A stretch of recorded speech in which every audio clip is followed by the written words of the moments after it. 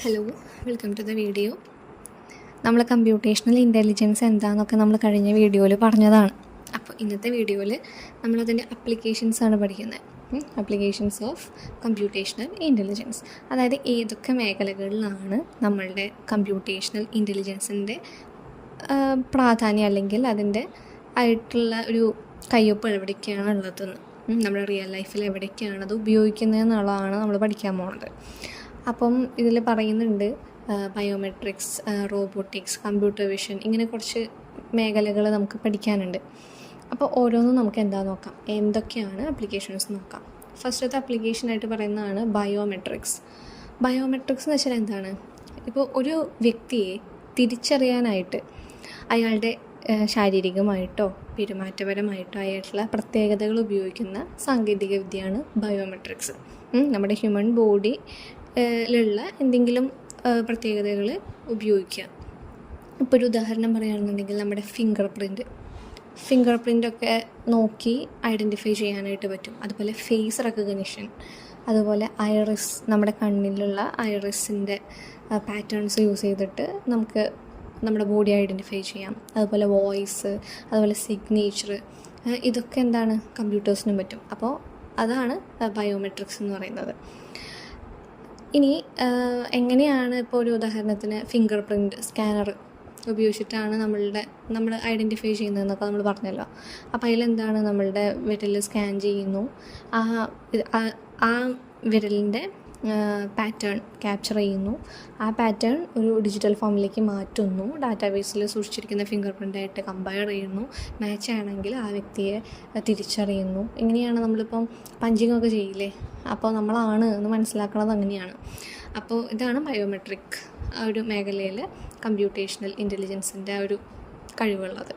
പിന്നെ നെക്സ്റ്റ് വരുന്ന അപ്ലിക്കേഷനാണ് robotics. Robotics എന്ന് വെച്ചാൽ എന്താണ്? റോബോട്ടുകളുടെ രൂപകൽപ്പന, നിർമ്മാണം, പ്രോഗ്രാമിംഗ്, നിയന്ത്രണം എന്നിവയായിട്ടുള്ള ബന്ധപ്പെട്ടിട്ടുള്ള സാങ്കേതിക മേഖലയാണ് ഈ റോബോട്ടിക്സ് എന്ന് പറയുന്നത്. അതായത് മെഷീനറി സാധനങ്ങൾ രൂപകൽപ്പന ചെയ്യുക, അതുപോലെ അതിൻ്റെ പ്രോഗ്രാമിങ് ചെയ്യുക, ഇതൊക്കെ ചെയ്തിട്ടുള്ളൊരു ഇതിനെയാണ് നമ്മൾ റോബോട്ടിക്സ് എന്ന് പറയുന്നത്. ഇപ്പോൾ സാധാരണയായിട്ട് സെൻസേഴ്സ്, അതുപോലെ തന്നെ പ്രോസസ്സേഴ്സ്, മോട്ടേഴ്സ്, സോഫ്റ്റ്വെയർ, ഇതൊക്കെയാണ് ഈ റോബോട്ട്സിൽ പെടുന്ന കാര്യങ്ങൾ. എങ്ങനെ പ്രവർത്തിക്കുന്നു എന്ന് ചോദിച്ചു കഴിഞ്ഞാൽ, ആ ഒരു റോബോട്ടിന് അതിൻ്റേതായിട്ടുള്ള എൻവിയോൺമെൻറ്റിനെ സെൻസ് ചെയ്യാനും, അതുപോലെ തന്നെ അതിനെ കൺട്രോൾ ചെയ്യാനും, അതിനനുസരിച്ച് ഡിസിഷൻ എടുക്കാനും, പ്രവർത്തിക്കാനും, മൂവ് ചെയ്യാനൊക്കെ ഉള്ളൊരു കഴിവ് നമ്മളതിൽ അപ്ലൈ ചെയ്യുന്നു.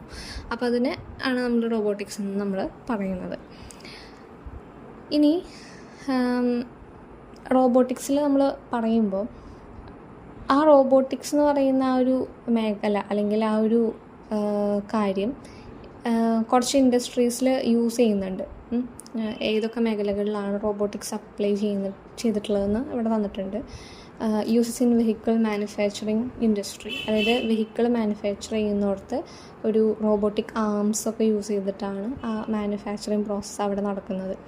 പിന്നെ പറയുന്ന കാര്യമാണ് എക്സ്പ്ലോറേഷൻ ഓഫ് ഔട്ടർ സ്പേസ്, അതായത് നമ്മുടെ സ്പേസ് എക്സ്പ്ലോറേഷനൊക്കെ നമുക്ക് ചെയ്യാനായിട്ട് പറ്റുന്നുണ്ട്. അതുപോലെ നെക്സ്റ്റ് പറയുന്നതാണ് ഇൻ്റലിജൻറ്റ് ഹോംസ്, അതായത് നമ്മുടെ ഹോം സെക്യൂരിറ്റി കൂട്ടാനൊക്കെ ആയിട്ട്, അതായത് ഡോറ് തനിയെ ഓപ്പൺ ചെയ്യുക, അത് നമ്മളെ സെൻസ് ചെയ്തിട്ട് ഡോർ ഓപ്പൺ ചെയ്യുന്നു, വിൻഡോസ് ഓപ്പൺ ചെയ്യുന്നു, അങ്ങനെയുള്ള കുറേ കാര്യങ്ങളിൽ റോബോട്ടിക്സ് ഉപയോഗിക്കുന്നുണ്ട്. പിന്നെ പറയുന്നത് എക്സ്പ്ലോറേഷൻ ഇൻ ഡിഫിക്കൽട്ട് എൻവിയോൺമെൻറ്റ്, നമ്മുടെ എൻവിയോൺമെൻറ്റിൻ്റെ ചേഞ്ചസ് അനലൈസ് ചെയ്ത് അതിനനുസരിച്ചിട്ട് കാര്യങ്ങൾ ചെയ്യാൻ, അതായത് ഇപ്പോൾ വോൾക്കാനോയുടെ ഉള്ളിലുള്ള എൻവിയോൺമെൻറ്റ് മോണിറ്റർ ചെയ്യുന്നു, അതുപോലെ തന്നെ ഡീപ്പ് സീ അല്ലെങ്കിൽ ഡീപ്പസ്റ്റ് ഓഷ്യൻ ഒക്കെ ഉള്ളിൽ പോയി അനലൈസ് ചെയ്യുക, അവിടുത്തെ എൻവിയോൺമെൻറ്റൊക്കെ അനലൈസ് ചെയ്യുക, അങ്ങനെയുള്ള കുറേ കാര്യങ്ങളൊക്കെ ചെയ്യുന്നുണ്ട്. ഇപ്പോൾ പ്ലാനറ്ററി, അതായത് നമ്മുടെ ബഹിരാകാശത്ത് വിക്ഷേപിക്കുന്ന ഓരോ ഇതുകളിലും റോബോട്ടിക്സ് മെഷീനറി ഐറ്റംസ് ഉണ്ട്. അപ്പോൾ എൻവിയോൺമെൻറ്റ്സ് എന്ത് ചെയ്യുന്നു, അതിൻ്റെ ചേഞ്ചസൊക്കെ മനസ്സിലാക്കുക. പിന്നെ നെക്സ്റ്റ് പറയുന്നതാണ് യൂസസ് ഇൻ മിലിറ്ററിയിൽ ഈ ഡ്രോൺ ടൈപ്പിൽ പ്രവർത്തിപ്പിക്കാനൊക്കെ നമ്മൾ റോബോട്ടിക്സ് അപ്ലൈ ചെയ്യുന്നുണ്ട്. പിന്നെ നെക്സ്റ്റ് പറയുന്നതാണ് യൂസസ് ഇൻ അഗ്രികൾച്ചർ, അതായത് ഹാർവെസ്റ്റിങ്ങിനൊക്കെ വേണ്ടിയിട്ട്, അല്ലെങ്കിൽ ആ ക്രോപ്സൊക്കെ കൂട്ടിയിടാനും ഒക്കെ ആയിട്ട് നമ്മൾ കുറേ റോബോട്ടിക് പരമായിട്ടുള്ള ഓരോ മെഷീനറി സാധനങ്ങളൊക്കെ ഉപയോഗിക്കുന്നുണ്ട്. അപ്പോൾ ഈ മേഖലകളിലൊക്കെ ആണ് കൂടുതലും റോബോട്ടിക്സ് ആപ്ലിക്കബിളായിട്ട് ഉള്ളത്. ഇനി നെക്സ്റ്റ് നമ്മുടെ കമ്പ്യൂട്ടേഷണൽ ഇൻ്റലിജൻസിൻ്റെ നെക്സ്റ്റ് ഒരു ആപ്ലിക്കേഷനാണ് കമ്പ്യൂട്ടർ വിഷൻ. കമ്പ്യൂട്ടർ വിഷൻ എന്താണെന്ന് നമ്മൾ മുന്നത്തെ വീഡിയോയിൽ ജസ്റ്റ് ഒന്ന് പറഞ്ഞു പോയായിരുന്നു. അതായത് ഇമേജസ്, വീഡിയോസ് ഇവയൊക്കെ കമ്പ്യൂട്ടേഴ്സിന് മനസ്സിലാക്കാനും അതിനെ വിശകലനം ചെയ്യാനൊക്കെ സഹായിക്കുന്ന ഒരു സാങ്കേതിക വിദ്യയാണ് നമ്മുടെ കമ്പ്യൂട്ടർ വിഷൻ. ഇപ്പോൾ ഒരു ഇമേജ് കാണുമ്പോൾ അതിൻ്റെതാണ്, അല്ലെങ്കിൽ വീഡിയോസ് അനലൈസ് ചെയ്ത് അതിൽ ഇതൊക്കെയാണ് പറയുന്നത് എന്നൊക്കെ മനസ്സിലാക്കാനൊക്കെയുള്ള ഒരു കഴിവ്. കമ്പ്യൂട്ടർ വിഷൻ്റെ ഒരു ഉദാഹരണം വേണമെങ്കിൽ നമുക്ക് ഫേസ് റെക്കഗ്നിഷൻ പറയാം. നമ്മുടെ ക്യാമറ ഉപയോഗിച്ച് മുഖത്തിൻ്റെ ഇമേജ് ക്യാപ്ചർ ചെയ്യുന്നുണ്ട്. ആ ഇമേജ് അനലൈസ് ചെയ്ത് മുഖത്തിൻ്റെ ഫീച്ചേഴ്സ്, നമ്മുടെ ഫേസിൻ്റെ ഫീച്ചേഴ്സ് മനസ്സിലാക്കി ഡാറ്റാബേസിൽ സ്റ്റോർ ചെയ്തിട്ടുള്ള ഫേസസൊക്കെ ആയിട്ട് കമ്പയർ ചെയ്ത് ഇന്ന വ്യക്തിയാണ്, ഫേസ് റെക്കഗ്നിഷൻ അല്ലേ, ഇന്ന വ്യക്തിയാണെന്ന് മനസ്സിലാക്കുന്നുണ്ട്. അപ്പോൾ അത് ഒരു ഇമേജ് അല്ലെങ്കിൽ ഒരു വീഡിയോ കണ്ടിട്ട് അതിനെ അനലൈസ് ചെയ്യാണ്. അപ്പോൾ അതാണ് ഒരു കമ്പ്യൂട്ടർ വിഷൻ്റെ ഒരു എക്സാമ്പിളായിട്ട് നമുക്ക് പറയാൻ പറ്റുന്നൊരു കാര്യം. നെക്സ്റ്റ് പറയുന്ന ഒരു ആപ്ലിക്കേഷനാണ് നാച്ചുറൽ ലാംഗ്വേജ് പ്രോസസ്സിംഗ്, NLP. ഇത് നമ്മൾ കഴിഞ്ഞ വീഡിയോയിൽ പറഞ്ഞിട്ടുള്ളതാണ്. NLP എന്ന് പറയുന്നത് എന്താണ്? നമ്മൾ മനുഷ്യർ ഉപയോഗിക്കുന്ന നാച്ചുറൽ ലാംഗ്വേജസ് ആയിട്ടുള്ള മലയാളം, ഇംഗ്ലീഷ്, ഹിന്ദി പോലുള്ള ഭാഷകൾ കമ്പ്യൂട്ടേഴ്സിന് മനസ്സിലാക്കാനും അതുപോലെ തന്നെ പ്രോസസ്സ് ചെയ്യാനും സഹായിക്കുന്ന ഒരു സാങ്കേതിക വിദ്യയാണ് നാച്ചുറൽ ലാംഗ്വേജ് പ്രോസസ്സിംഗ്, NLP.